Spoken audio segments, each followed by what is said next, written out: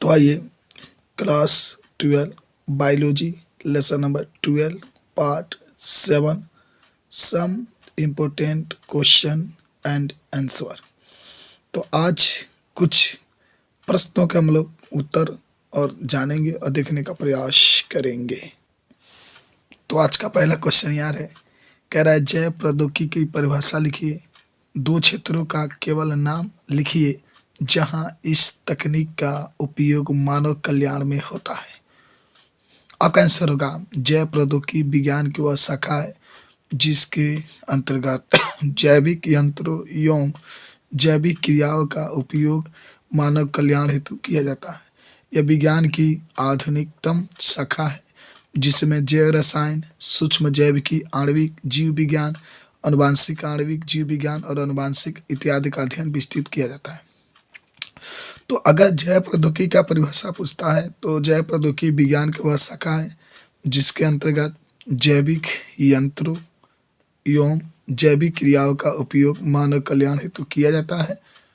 और अगर दो क्षेत्र पूछता है तो आप एक जैव रसायन के क्षेत्र में इसका उपयोग होता है, आणविक जीव विज्ञान के इसके क्षेत्र होता है।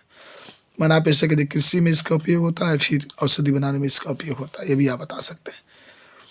जैव प्रौद्योगिकी के कृषि संबंधी दो उपयोग लिखिए। प्रश्न पूछा जा सकता है कि जैव प्रौद्योगिकी के कृषि संबंधी दो उपयोग लिखिए। तो जैव प्रौद्योगिकी का कृषि में उपयोग पारजीनी जैसे जीएम है, फसलों के निर्माण एवं नॉन ल्यूमिनस पादपों में नाइट्रोजन स्थिरीकरण की क्षमता के विकास करने हेतु किया जाता है। तो पारजीनी का मतलब जानते हो ना, अच्छे जीन को डाल करके जो खराब जीन होता है उसको निकाल करके ये फसल बनाए जाते हैं। और जो लुमिनोसी नॉन लुमिनोसिकुल है, अगर नाइट्रोजन की कमी हो रही है तो उसमें नाइट्रोजन को बढ़ाने के लिए भी इसका इस्तेमाल किया जाता है। उसके बाद से बीटी फसल पर टिप्पणी लिखी। तो बीटी फसलें आप कह सकते हैं जैव प्रौद्योगिकी द्वारा ऐसी फसलें उत्पन्न की जा रही हैं जिनमें कीटनाशकों की आवश्यकता नहीं है क्योंकि ये पादप जातियाँ पीड़क प्रतिरोधी होती है। बीटी एक प्रकार का प्रतिविष है जो बैसिलस थ्यूरिएंजेंसिस जीवाणु से निर्मित होता है। तो बीटी फसलों का मतलब होता है कि ऐसे फसल तैयार करना है जिसके ऊपर सूक्ष्म जीव का कोई प्रभाव ना पड़े, कोई उसका नुकसान ना हो, इसी को कहते हैं बीटी फसल। ठीक है, चलो आगे बढ़ते हैं। अगला आपकी प्रश्न ये पूछा जा सकता है यार ट्रांसजेनिक टमाटर की क्या विशेषता है। ट्रांसजेनिक टमाटर की क्या विशेषता है?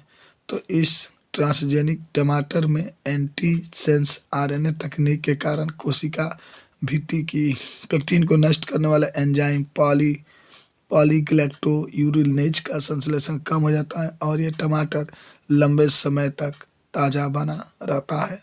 इसे कहते हैं ट्रांसजेनिक टमाटर। चलो भाई अगला क्वेश्चन ये कह रहा है आपसे, इंटरनेट से पता लगाइए कि गोल्डन राइस धान क्या है। तो ये गोल्डन राइस को हिंदी में सुनहरा चावल कहते हैं, गोल्डन राइस के हिंदी में सुनहरा चावल कहते हैं। तो कह सकते हैं सुनहरा चावल पारजीनिक किस्म है जिसका अनुवांशिक अभियांत्रिकी द्वारा उत्पन्न किया गया है। इस किस्म में बीटा कैरोटीन जिसको आप ब्रोमीटामाइन ए विटामिन ए का निष्क्रिय रूप है, माने पहले ही कहेंगे इस किस्म में बीटा कैरोटीन अच्छी मात्रा में होता है जो विटामिन ए का मुख्य स्रोत है।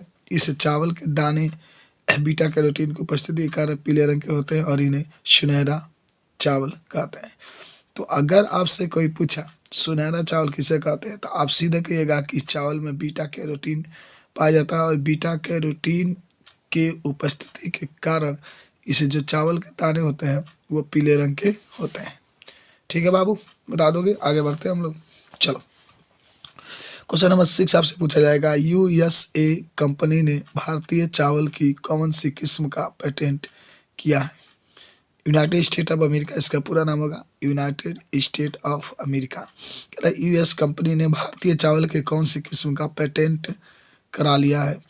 भारतीय बासमती चावल का अर्ध बौने किस्मों से संकरण कराकर एक नई खोज का दावा अमेरिकन कंपनी द्वारा किया गया है और बासमती चावल का पेटेंट भी अमेरिका कंपनी द्वारा करा लिया गया। अमेरिका कंपनी ने इसको करा लिया है।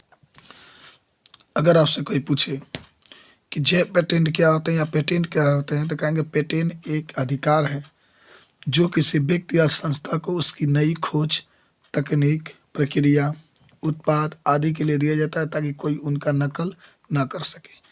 माने पेटेंट का मतलब होता है कि एक ऐसा अधिकार उस व्यक्ति को दिया जाता है, सुरक्षा दिया जाता है कि अगर उस व्यक्ति ने कोई नई खोज किया है तो उस खोज को दूसरा कोई नहीं कर सकता है, नकल नहीं कर सकता है। सरकार उसकी सुरक्षा देती है।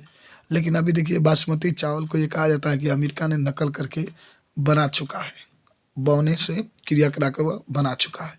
तो इसका मतलब है कि अमेरिका नकल करता है। यही होता है आपका पेटेंट। पेटेंट एक अधिकार है जो किसी व्यक्ति या संस्था को उसकी नई खोज, तकनीक, प्रक्रिया, उत्पाद के लिए दिया जाता है ताकि कोई उसका नकल ना कर सके। एक सुरक्षा है, एक अधिकार है।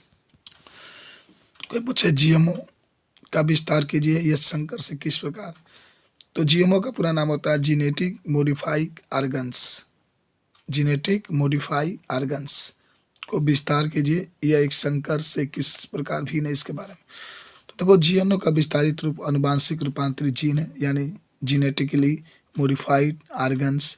यह संकर से भिन्न है क्योंकि संकर जीव में दो जातियों का जीन समूह के बीच क्रॉस कराया जाता है, जबकि जीएमओ जीव में किसी बाह्य जीन को प्रवेश कराकर उस जीव के जीनों में फेरबदल कर दिया जाता है। यही अंतर है बालक।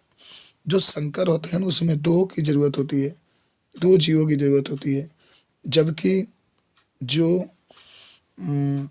ये संकर होते हैं, जो संकर बनाते हैं उस संकर में दो जीवों की क्रॉस कराना अनिवार्य है। जबकि जीएमओ जो फसल होते हैं जिसको आप जेनेटिकली मॉडिफाइड ऑर्गन्स कहते हैं, इसमें एक ही जीव के जीन में फेरबदल करके इसको बनाया जाता है। आगे सुनिएगा ध्यान से। कह रहा है कि जैव प्रौद्योगिकी के चिकित्सीय उपयोग का वर्णन कीजिए। तो जैव प्रौद्योगिकी के चिकित्सीय उपयोग तो बहुत है। जीन चिकित्सा द्वारा आनुवंशिक रोग दूर करने में इसका प्रयोग किया जाता है। मानव इंसुलिन का उत्पादन हेतु इसका प्रयोग किया जाता है। उसके बाद से इंटरफेरान की परिभाषा लिखिए। भाई सबको मालूम है इंटरफेरान। तो इंटरफेरान प्रति विषाणु ग्लाइकोप्रोटीन है जो प्रतिरक्षा नियंत्रक को भांति कार्य करता है। इनका प्रयोग अनेक रोगों को उपचार हेतु किया जाता है। ठीक है ना। तो आज ये 10 क्वेश्चन आपके रहेंगे। मानव इंसुलिन का उत्पादन किसने और कब किया था। तो आप सबको याद रखेंगे भाई, मधुमेह के रोगियों के लिए एली लिली नामक एक अमेरिकन औषधि निर्माण कंपनी ने 5 जुलाई सन 1983 ईस्वी को 2 डीएनए अनुक्रमों को तैयार किया जो मानव इंसुलिन की श्रृंखला ए और बी के समान थे। इन्हीं डाइसल्फाइड बंधों से जोड़कर परिपक्व इंसुलिन तैयार किया गया। एली लिली कंपनी का नाम है। ठीक है ना। इसका निर्माण किया गया था। धन्यवाद।